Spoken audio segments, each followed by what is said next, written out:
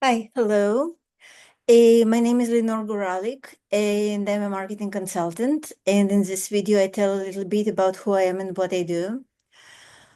I usually work with either very big companies or with small companies like startups or citizen initiatives or NGOs, um, or middle companies, middle-sized companies.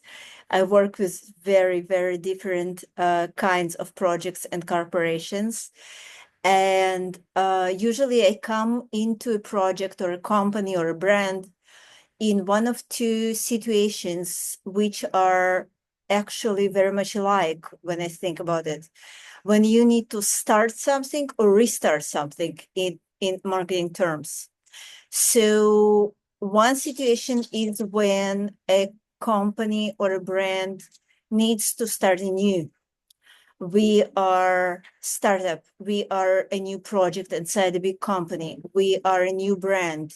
We want to begin with a new media. We want to launch a new product. And we want to start our marketing from scratch. Another situation is when a brand, a company, or a project is in stagnation, and we need to give it a push. We need to, you can hear my dog on the background, I hope, I think, we need to give it a push. We need a new marketing strategy, and we need to turn the strategy into tactics, and we need to make the strategy work.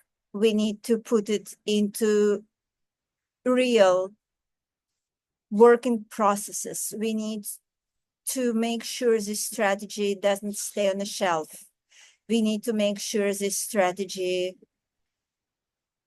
starts to live its very pragmatic life. Then when I start to work with the brand, then when the brand comes to me and we begin this process together. So usually my working process looks like this. I either consult a company on meeting to meeting base, and we work in a scope that resembles mentoring. This is a very rare case, but this is a very simple case. That's why I describe it. The brand's team does all the work. They build a strategy.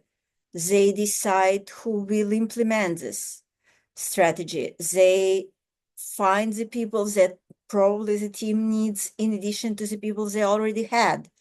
And they turn the strategy into the list of tactics, and they turn it into the timeline, and they build this timeline. They merge the timeline with the tactics, and then they begin to implement the tactics until the strategy performs. And what I do, I meet with them 2 or 3 times a week, consultation by consultation, and I hold their hand and I help with everything I can, and we move forward. This is a rare kind of thing.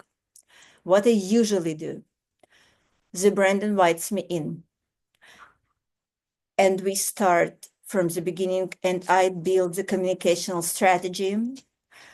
And of course, it goes back and forth, and we adapt it and we change it, and we think about it together with the team. And finally, we have it. We have the strategies that works for all of us. And then I create, if we need it, I create something called the roster. I look at the team and I look at the strategy, and we decide together what happens people-wise. Do we need enough people with enough skills, with matching skills to implement the strategy? And then if we need more people, I build job descriptions. And again, we go back and forth until the job descriptions are good for all of us. And I publish them, and I help to look for people. I have a Telegram channel with 22,000 marketing specialists in it. And sometimes it helps to find people.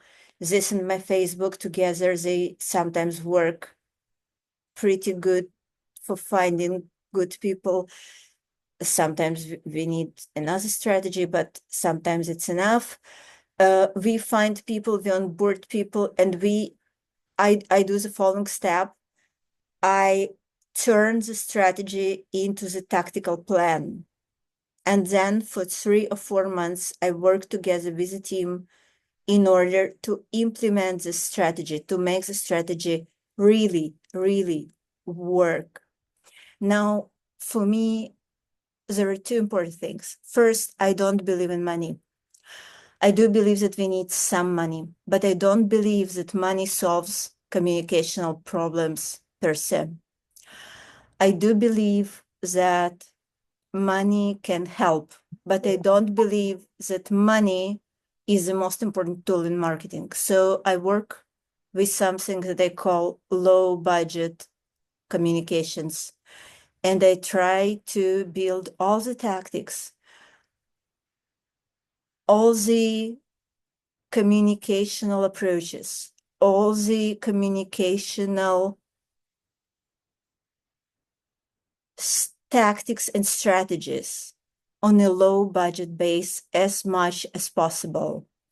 And I try, when I can, to give the team all the expertise that I probably have to work the low budget way.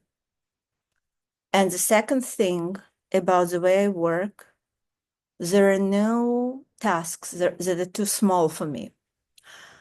I'm not considering myself the strategist, whatever that means. If we need to write a perfect tweet, I write the perfect tweet as far as I can write a good tweet. I try to write the good tweet with the team. If we need to decide how to reply to a witty comment, we reply together.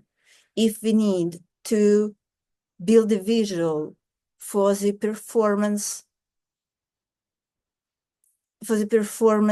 campaign, we work on this together. I'm very hands-on, and this is extremely important to me because my personal responsibility lies within this project. I need this project to work. I need the strategy to work. But another thing I need is to become useless.